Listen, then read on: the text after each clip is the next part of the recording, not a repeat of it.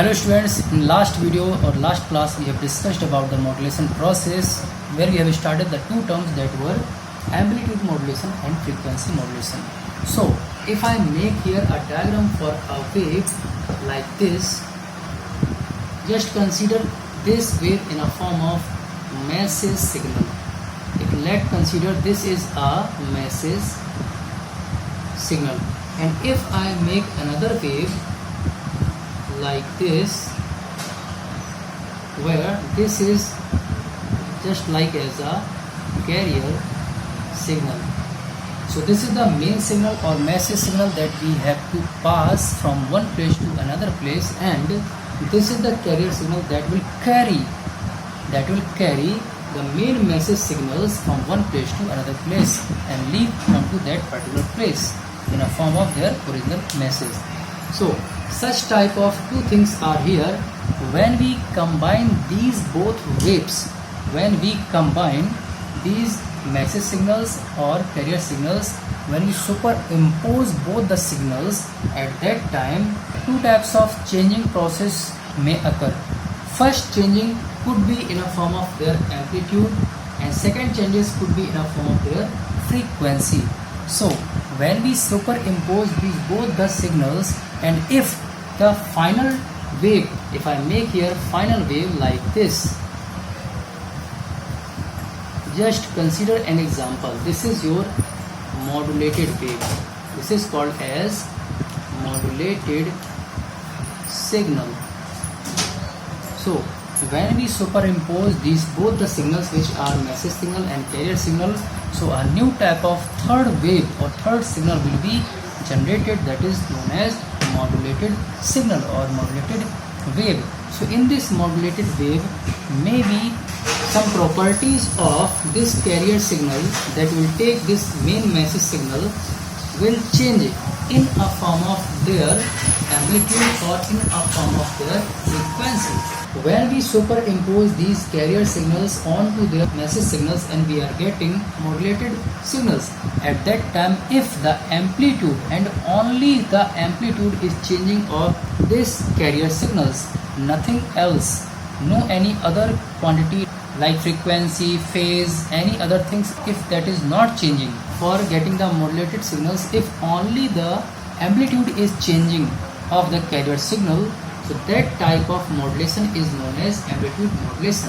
And if when we superimpose this carrier signal onto message signal, and after superimposing and getting the modulated signal, if only frequency is changing, no any other quantity of a wave is changing, only frequency is changing, then that type of modulation is called as frequency modulation.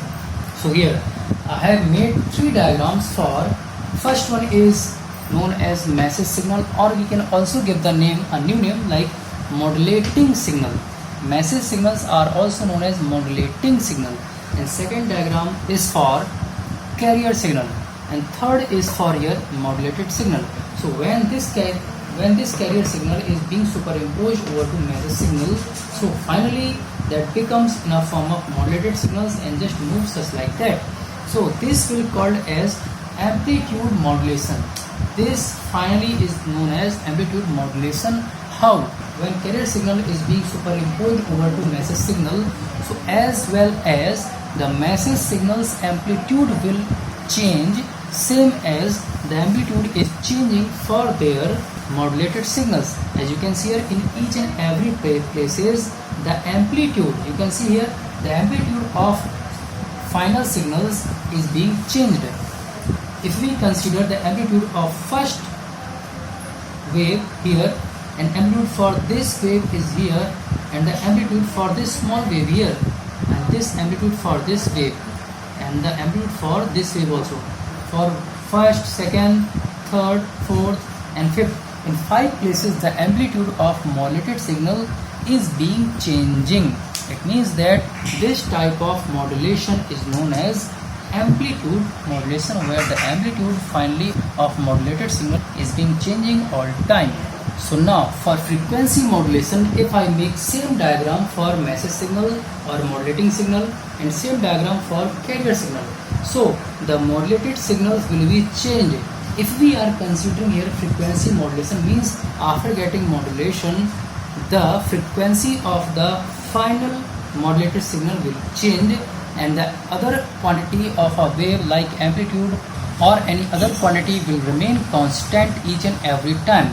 So if we are superimposing these carrier signals onto message signals or modulating signals, so finally you can see in modulated signals the height or amplitude is remains constant. As the height we consider here, same height we can consider here also, same height we can consider here also. So the amplitude for this point, for this point and for this point, for all the points the height from the mean position or the amplitude is same everywhere. But we can say that the number of cycles being completed in a particular time or in a 1 second, means number of cycles means frequency is being changed in each and every places. As you can see here, in sort of places, first one cycle, second cycle and third cycles are being completed here. The frequency up to this place is different and the frequency from this place to this place is also different and the frequency of this place to this place is also different. Because number of cycles are being completed here much more, here too less in this place.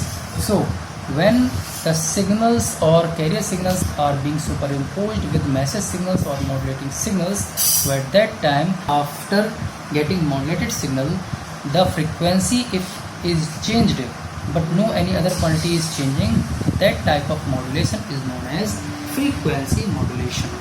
Now this topic is over. Next topic we will start in our next class.